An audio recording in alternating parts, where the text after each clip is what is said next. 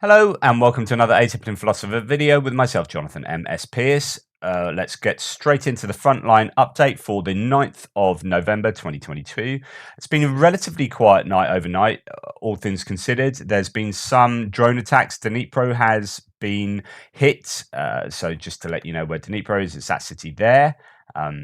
It's been hit with drone attacks. Russia massively attacked the region with kamikaze drones. Our air defense destroyed 5 drones in Dnipro. Drones targeted a logistics enterprise. That being said, it's still relatively quiet. What do the Ukrainian figures say for yesterday? Another uptick, so things aren't looking good. These are again pretty unsustainable loss, and I talked about what I meant by unsustainable the other day. You just can't continue going on with these kinds of losses. Not only in personnel, which has ticked up to 780 people, Russian soldiers, and that doesn't include the Wagner PMC. So these are not mercenaries. I don't know why they separate out the figures like that. 15 tanks, 12 APCs, 11 artillery systems, and 7 UAVs. Now, remember that this is a consistent degrading. I keep talking about this. The Russians are consistently getting degraded, and they are unable to replace these with even with pieces of equipment that are on a par. They're getting some more obsolete equipment from Belarus, and it's not looking good for them. The traffic is all one way. So the Russians are getting degraded, and the Ukrainians are getting upgraded in their equipment, both in capacity and capability, and they are taking a lot of Russian pieces of equipment. They're capturing them as well, so they are being donated, one might say, a number of pieces by the Russians. So it's just not looking good for the Russians. I don't know how they get out of this sort of vicious cycle. So that their capabilities are just being impacted severely on a daily basis, and we'll come to talk about that in relation to Kherson in a little bit, because that's a big problem there. The UK intelligence update concerns itself entirely with the Kerch Bridge in Crimea. This is that super important logistical route into occupied Ukraine through mainland Russia.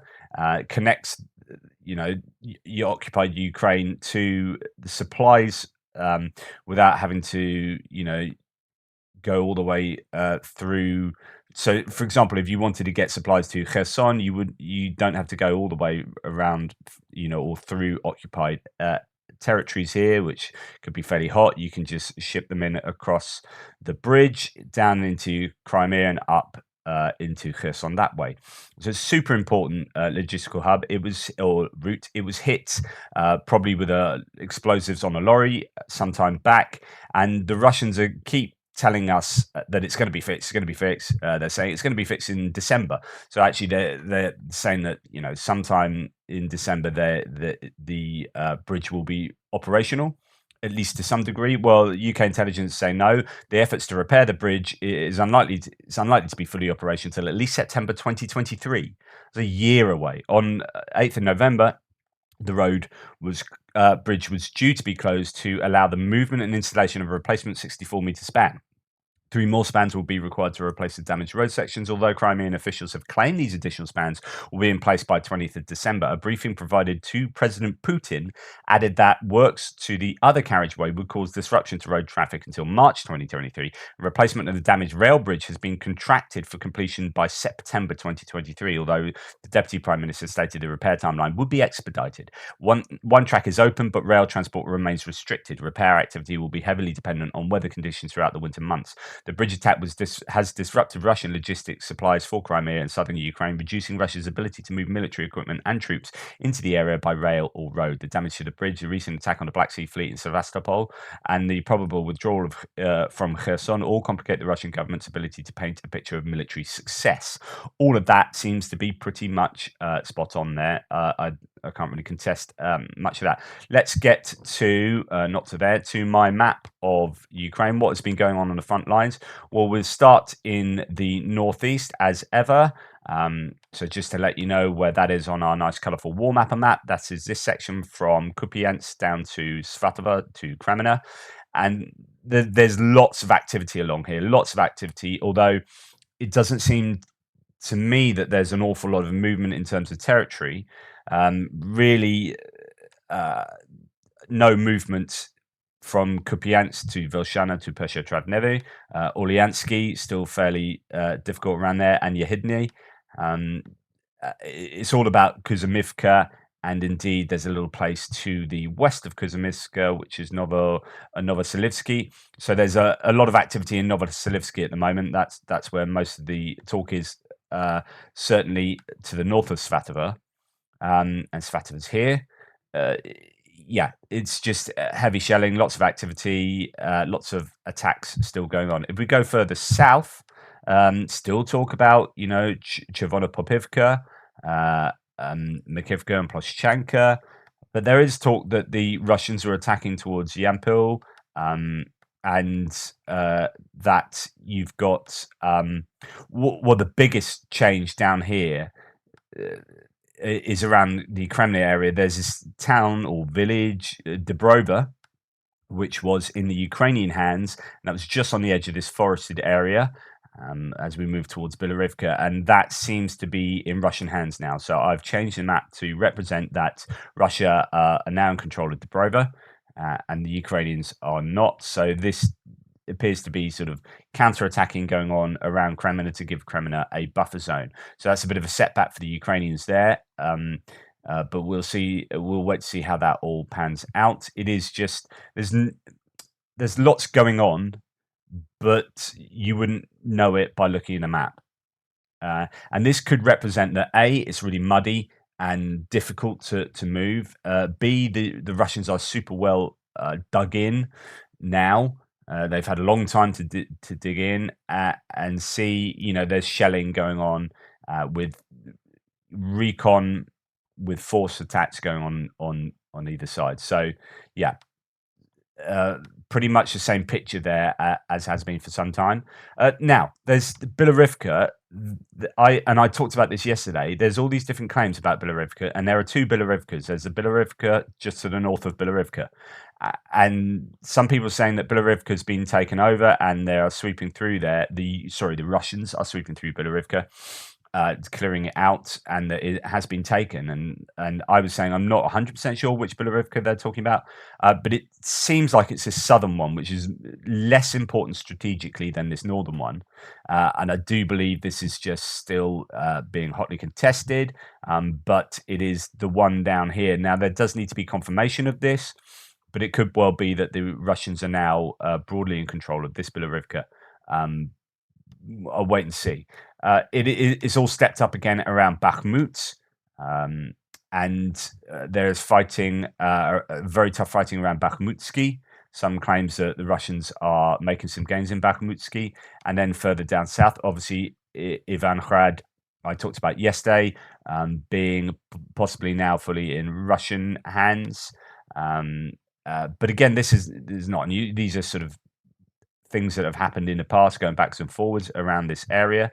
And then to the south of Bakhmut and towards Klishchivka, the Ukrainians repelled a Russian advance around there.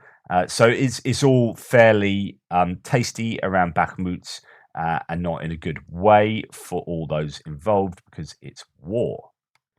Just to let you know what the Institute for the Study of War said of just north of Bakhmut there with Bilohorivka. So Russian forces additionally conducted a limited ground attack 10 kilometers south of Kreminna to regain lost positions around Bilohorivka. So this is to say that, if we go back to my map, just north here, that the Russians had lost some ground around this Bilohorivka. And then it says, Russian sources claim that Wagner Group fighters broke through Ukrainian defensive lines in Bilohorivka, but ISW has not observed independent confirmation that troops have entered or taken control of Bilohorivka. But again, I think that second part of that is referring to this Bilohorivka, as according to other sources. So I think even the ISW is getting these two confused here. I may be wrong, but I was certainly confused yesterday. And so one of my sources here, Noel, said that he thought originally that it was this Bilohorivka, but it ended up being the one to the south, further to the south. So we'll just wait and see what happens with regard to that. Okay, let's see what the ISW has to say about Bakhmut in particular. So it's Ukrainian Ukraine's spokesman for Ukraine's Eastern Group of Forces, Colonel Serhiy Cherevati, stated on November the 8th that the Bakhmut Avdivka Vuhledar line is the hottest area of the front, and that Wagner Group troops comprise the majority of Russian strike groups in the Bakhmut direction. A Russian source reported that Russian forces made little to no progress in the Donetsk Oblast front line, specifically near Soledar, due to Ukrainian resistance. Russian forces continued routine shelling along the line of contact in the Bakhmut area. So just to let you know that this is, you know, you've got Bakhmut down to Avdivka, down to Vuhledar, and it's this area that is the hottest. Huge amounts of activity, but as ISW say, not a lot of territory being gained either way. There does seem to be some tension between the Wagner mercenaries, who are in huge amounts of presence. It's certainly from Bakhmut north to Kreminna, where they are claiming responsibility for all the good things and denying that the other forces, whether it's the DPR, the LNR, or whatever, LPR, are responsible. So there is perhaps a little bit of, I don't know if it's animosity between them, but a few issues there. And let me see what the ISW has to say about that. So, Wagner Group forces are continuing to exaggerate their claimed territorial gains in Donbass to further distinguish themselves from proxy and conventional Russian forces. Russian sources began reporting on November the 7th that a detachment of Wagner forces and troops of the Luhansk People's Republic, LNR, 6th Cossack Regiment, broke through Ukrainian defensive lines in Bilohorivka, Luhansk Oblast. On November the 8th, however, Russian coverage largely shifted, and mill bloggers began claiming that reports of the 6th Cossack Regiment's involvement in operations near Bilohorivka are false, and that Wagner troops were solely responsible for purported gains. As ISW has previously observed, Wagner has taken sole credit for Russian gains around Bakhmut in order to bolster their own reputation as the Kremlin's favored strike force, despite not being the only force deployed in the area. Wagner will likely use Bilohorivka to accomplish a similar effect. So that's just well worth pointing out. Anyway, let's move on. So what do we have with regards to sources? We're moving on to Marinka. So this is just south of Bakhmut. We move down along the line. We have, again, it's all particularly hot around all of these areas. We're moving on to actually Avdivka, and there's a lot of talk about this airport in Donetsk here, and it's been under well, as far as I'm concerned, it's been under Russian control for some time. So here Noel says Russia captured the northern part of Donetsk airport called Antil, a strategic position that overlooks the area north of the airport. Okay, for the first time in 8 years, they control this area, but compared to the losses they took, these are minimal gains. So this must be an area just around here to the north somewhere. I'm not exactly sure. I'll have to look into exactly where Anthill is. But the Russians have certainly controlled the airport itself for some time. So there must be some other area that has slight elevation.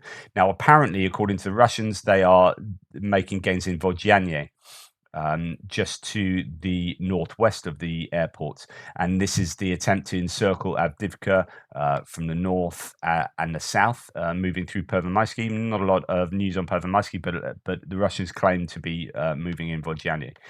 So that is, they are happy with that. So Marinka is getting quite a lot of attention. I talked about this over the last few days, that it's been shelled and it's getting attacked from the air as well. And Andrew Perpetua say, I forgot to say, by the way, extremely heavy shelling in Marinka. So that is basically what's happening there. There's some claims that there's a bit of movement, but I'll just, leave that for now. But be warned, there could be some movement there. Okay, as we come down to Vuhledar and Pavlivka, the Russians are still attempting to make gains in Pavlivka without any success. And again, you wondering why exactly that is the case. And so it's going to be to the west of. To the east of Vuhledar, around here, that the Russians are looking to make an effort to gain access to that road. Let's just get in the road there. I didn't have it on. Now we have it.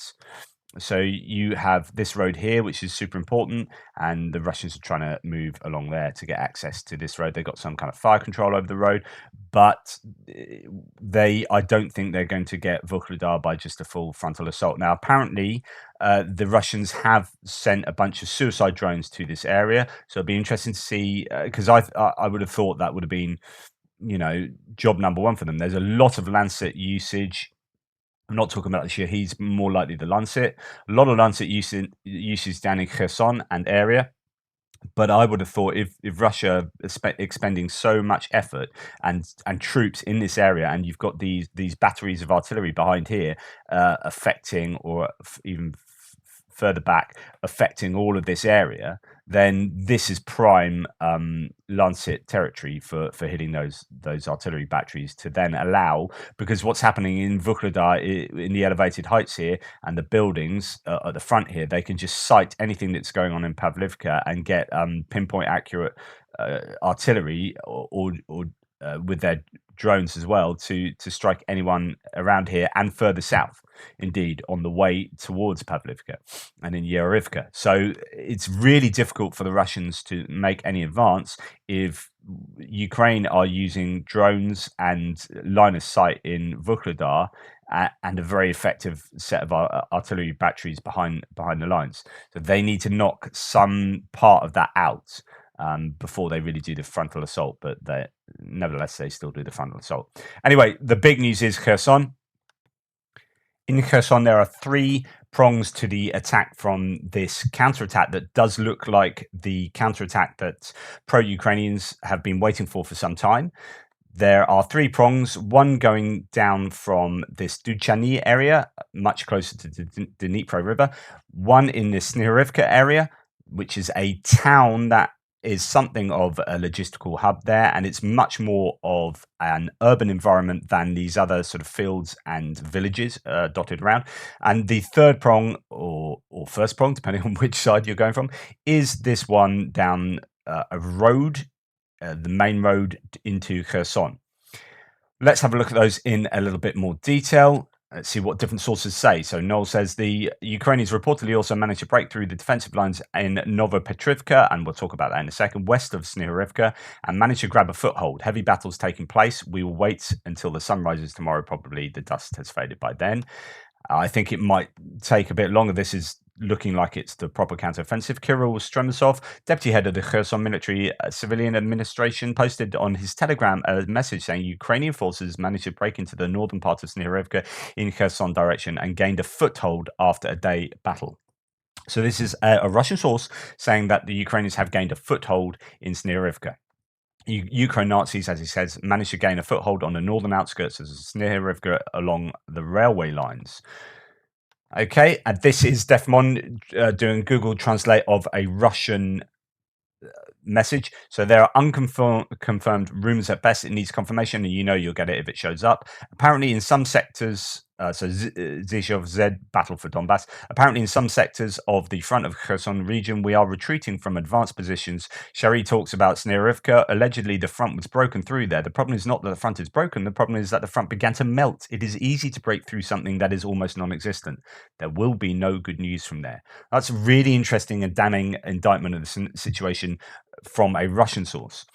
Okay, here's a map a little bit more close, zoomed in. Noel's map here. So Novopetrivka is a settlement just to the west of Snihurivka. Snihurivka is a major target for the Ukrainians here, but there's also this little salient or little counteroffensive push down near Duchany on the way to Milove. It might not be little. I don't know how big it is. So this is Snihurivka. These are the Russian defensive lines there. And apparently, according to some sources, some Russian sources saying the Ukrainians control the northern outskirts or have a foothold in the northern outskirts. Some other Russian sources say that they were repelled. And there are also claims about Novopetrivka here. This is... So this is what Jereman, who is a pro-Russian source, very pro-Russian source, says about the Sneurivka front, or all the Kherson front, and he is an interesting one. He's sort of met with some derision by pro-Ukrainian OSINT sources, but still ends up trying to make all sorts of claims all the time. So this is what his interpretation of the events is. Okay, he says the battle focus on the situation in the morning of the 9th of the 11th. After processing all of the information received yesterday, we can conclude the attack of the armed forces of Ukraine on Kherson, which they have been waiting for so long, has begun. The enemy attack came from three sides at once, from Nikolaev to Kherson, to Sneurivka, from Duchany along the reservoir to Milove. Our troops beat off the first attack and forced the enemy to retreat. In the Sneurivka area, the enemy approached the settlement but did not enter it. So again, this is in direct contradiction to what Russian sources have already said. In the third, he also managed to move forward a little and gain a foothold. The Russian sources, the guy in charge of the Kherson area, really saying that they've got a foothold in the northern outskirts. And here is Jereman shouting that no, they don't. They have approached it but did not enter it. Obviously, today the attacks will continue because the enemy has little time and he needs a significant result in the very near future. And the map that he produces is this one that's shown that along this road down here, which I'll show you in a second, they have been repelled.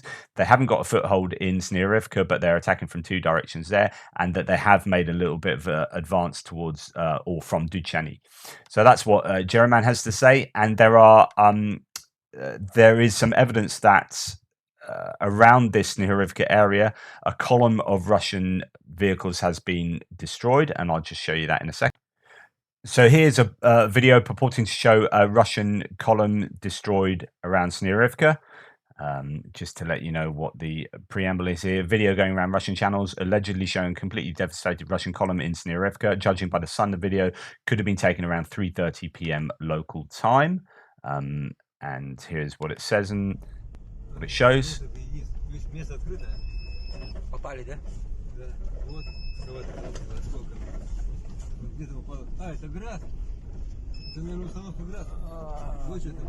Вон все сгорели. Раз, два. О, по нему проехал. По трупу проехал. Вон. Накрыли конкретно. Раз, два, три, четыре, пять. Вон тоже труп лежит. О, бля, вон мужики, пиздец. Всех. Даже не ушли, что ли? So that shows some degree of devastation. There's also evidence that, and this is from Sneurivka towards Kherson, the bridges were blown up, the exit from Sneurivka. There's also bridges around Kherson. So I think there's at least 3 bridges the Russians have blown up in the Kherson area. And this shows that they are ready for, if they're just blowing the bridges up now, they're ready for the Ukrainians to start attacking.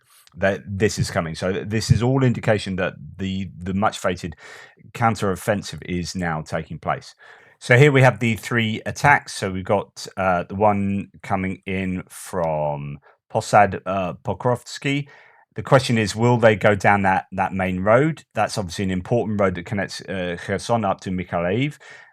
But if the Russians have pretty much put heavy defenses around Kherson, my opinion would be you don't really want to attack Kherson, because that's going to be really bloody and expensive in terms of troops and equipment.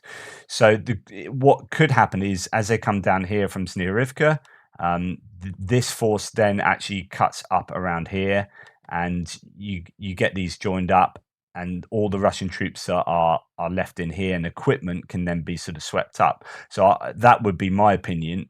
But who am I to say? I'm just an armchair general. And then, as we have already discussed, there's this attack coming down from Duchany, and it could be that this is having a little bit more success than the other ones, at least according to Jereman, who says that there is a bit of a foothold down there. Actually, it's more like probably up there. And it'll be interesting to see where these guys go, because obviously you've got Berislav here, and that is super important for the Novokakhovka Dam, access to that. And you've got Kakhovka, the other side of the river there. So there will be a lot of defenses along here, but also a lot of artillery being able to hit Ukrainians around here. But obviously, Ukrainians have their own artillery and, in fact, longer range artillery. So it cuts both ways. But it's overall exactly what the objective is for the Kherson region, whether it is about the city or whether it's about taking out the troops and the capability of the Russians in this area and using that river. Forgetting about the city, but using the lack of ability for the Russians to get back across that river as a means to sort of sweep up all the forces in this whole area, troops and equipment, and have a resounding success. Obviously, that's going to be what they will want, a resounding success. But exactly what their objectives are will define what the success is. There you go. So that's what's been happening. Thank you so much for your support. I'd spent a lot more time on Kherson because there's a lot going on, and you'll find an awful lot happening there today, no doubt. And there will be news drip feeding in throughout the whole of today. So I'll be trying to keep ahead of that and to let you know exactly what has happened tomorrow, as far as I can tell. Anyway, thanks for your support. Please like, subscribe, join, share, hit the bell. I don't know, all those things. And any help is really gratefully received. I had one of my videos taken off yesterday by YouTube, although they said it wasn't your fault. We don't think you knew it was against the rules, but it was against the rules. So I was like, oh, yeah, whatever. Yeah, so any help is gratefully received, or you can pop along to uasupporter.com/ATP. It's the ATP bit that is important because I get a little bit of commission from anything that's bought from there. Let's have a look at, I don't know, some tech accessories, phone cases. If you like the look of these phone cases and they fit your phone, go for it and show your support for Ukraine, and a little bit of commission also helps my own channel. So that's always appreciated. Anyway, take care, and I'll check you guys in with you guys later in the Ukraine War Update extra video.